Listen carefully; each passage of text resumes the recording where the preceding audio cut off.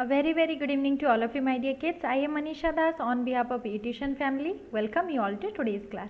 Let me remind you that our eTuition family is providing quality education for your better tomorrow. So don't forget to be a part of our family. So my dear class 10 students, today we are going to discuss the question answer of your lesson life processes. So are you ready? Let me see that whether you have revised it or not. Okay. So let's move ahead. So the first questions are, see, we have, this is a multiple choice question, okay, we have to select the correct answer. So first question is, the kidneys in human beings are a part of the system for which system? Kidney is a part of which system? Nutrition, respiration, excretion and transportation. Yes, it is excretion. Then the xylem in plants are responsible for, what is the function of xylem? Can you recall? Let me give you the options. Transportation of water, transportation of amino acids, transportation of food or transportation of oxygen. Xylem, yes, transportation of water. The next is, the autotrophic mode of nutrition requires, see, tell me what autotrophic mode of nutrition means. The plants use this type of nutrition, right? They make their own food. By the help of which process? Photosynthesis. Yes. So what are the things it needs? Carbon dioxide and water, sunlight, chlorophyll or all of the above? Yes, it needs all of the above. It needs carbon dioxide and water also. It needs sunlight also. It needs chlorophyll also. Yes. Now, the breakdown of pyruvate to give carbon oxide, water and oxygen takes place in, where does it take place? The breakdown of pyruvate to give carbon dioxide, water and energy. Tell me, cytoplasm, chloroplast, mitochondria, nucleus, powerhouse of the cell is? Yes, mitochondria. So here comes your answer. So let me revise again. The kidneys in human beings are a part of the system for excretion. The xylem in plants are responsible for transport of water, and the autotrophic mode of nutrition requires carbon dioxide and water, sunlight and chlorophyll. Okay, all of this. Then the breakdown of pyruvate to give carbon dioxide, water and energy takes place inside the mitochondria because it is the powerhouse of the cell, right? Yes. Now let's move to the next question. How are fats digested in our bodies? Where does this process takes place? See, digestion of fats takes place in the small intestine. Bile juice secreted by the liver poured in the intestine along with pancreatic juice, because for the digestion of fat we need all these things, and the bile salts present in the bile juice emulsify the large globules of fat. It means it will break down those large globules into small globules. Therefore, by emulsification, large globules break down into fine globules. It means small globules, right? To provide large surface area to act upon by the enzymes. Okay, they are divided into certain small parts and the enzyme will act upon them. Which enzyme? Lipase. Lipase enzyme present in the pancreatic juice causes breakdown of emulsified fats, and glands present in the walls of small intestine secrete intestinal juice which contains lipase. It also contains lipase and it will convert the fats into fatty acids and glycerols. Okay, so see, first fats are there, it will be emulsified by bile salts, then emulsified fat, it means they are divided into certain globules, small globules. Then pancreatic juice, it has lipase, then it will break down the fats, and at last in the intestine the juice lipase will again break down the fats into fatty acids and glycerol. Clear? Okay. So where does it take place? In the small intestine, right? Yes. Now what is the role of saliva in the digestion of food? See, saliva contains salivary amylase, an enzyme that breaks down starch into sugars like maltose. Okay, and also saliva keeps the mouth cavity clean and moistens because it moists the food, so that the food can easily pass through our food pipe, right? The food that help in chewing and breaking down the big pieces of food into small ones, and it also help the it makes the food slippery. For that it can easily move down through the esophagus. Now next is, what are the necessary condition or autotrophic nutrition and what are its byproducts? Tell me. See, necessary conditions for autotrophic nutrition are presence of chlorophyll in the living cell, because in the autotrophic nutrition plants are autotroph, okay, they use the process photosynthesis. For photosynthesis, what they need? They need chlorophyll and they need proper amount of water. Yes, so the provision of supply of water to green plants or cell of the plants and sufficient sunlight, because photosynthesis is a process which is totally dependent on sunlight. So we need sunlight also, and sufficient supply of carbon dioxide is also needed. And what are its byproducts? Its byproducts are oxygen. Yeah. So now, what are the differences between aerobic and anaerobic respiration? Name some organisms that use the anaerobic mode of respiration. So aerobic means with oxygen, anaerobic means without oxygen, right? So aerobic respiration, it takes place in the presence of oxygen, and anaerobic means in the absence of oxygen.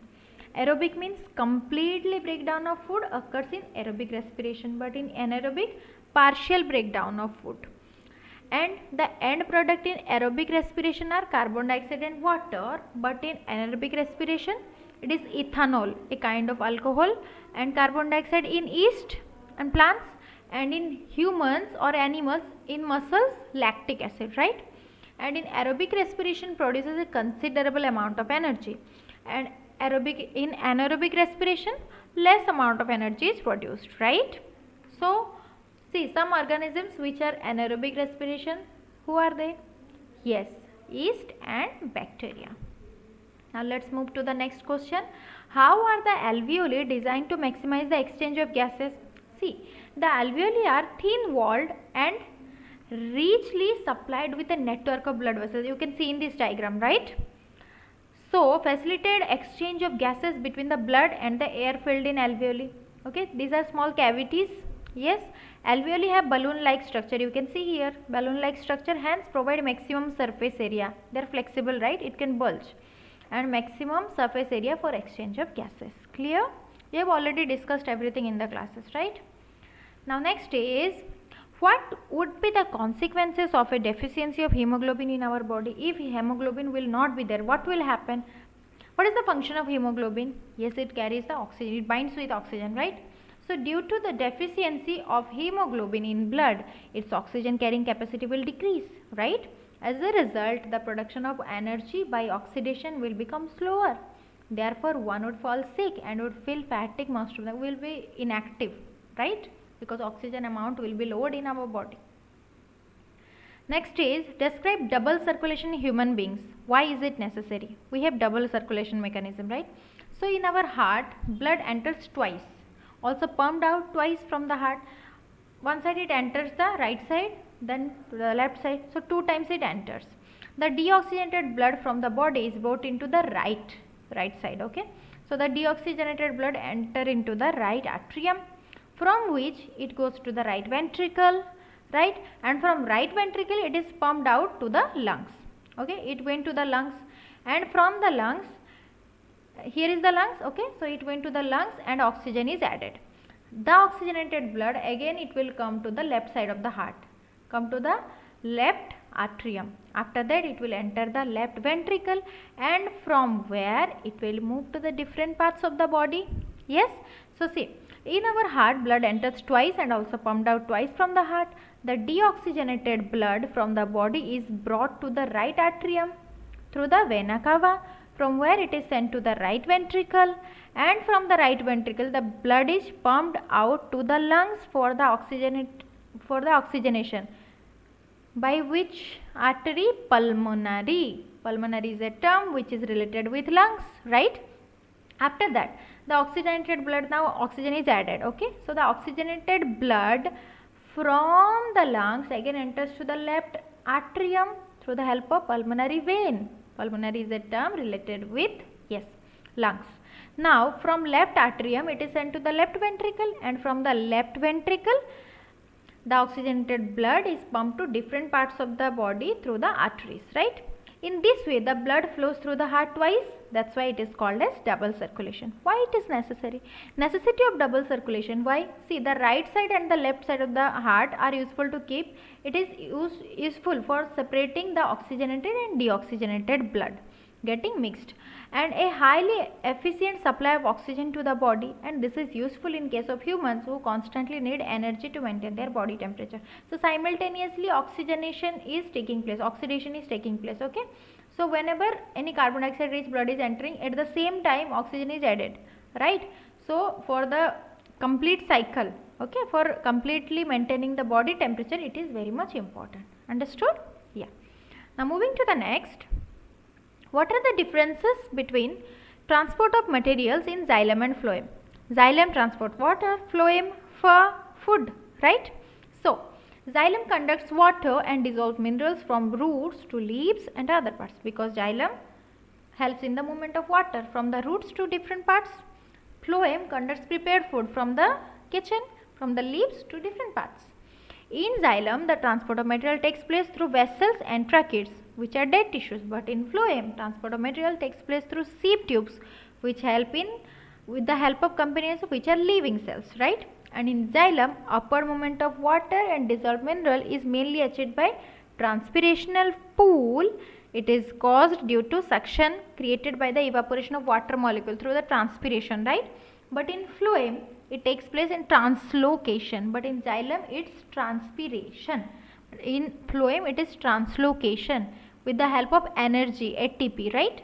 So this increases the osmotic pressure that moves the material in the phloem to tissue which have less pressure. Understood? Yeah. Now compare the functioning of alveoli in the lungs and nephrons in the kidneys with respect to their structure and functioning. See, alveoli are functional unit of lungs, nephrons are the functional unit of kidneys. Okay. So a mature lung has about 30 crore alveoli and a kidney has about 10 lakh nephrons, right? And alveoli provide a wide surface for gaseous exchange, and nephron, the surface area of a nephron is not much more as compared to the alveoli. And the exchange of oxygen and carbon dioxide takes place through the network of capillaries is in alveoli, but the Bowman's capsule in nephron regulates the concentration of water and salts. Okay, so it, especially nephrons, what they do, they filter the salts, nitrogenous salts and bases from the blood. Okay, now next is, see, with this we completed our chapter. Now quotes time. Change your thoughts and you change your world. See, we say that nobody is changing. Who will change? First you change yourself. You have to change your thoughts and you will change your world. Okay, first you start the change with yourself, so the world will follow you. Okay, so my dear kids, with this we completed our chapter. At last I would like to request you, be a part of our eTuition family. Do watch, like, subscribe to our channel. Do follow us in Instagram, Twitter and Facebook. Till then, happy reading, stay safe. Thank you.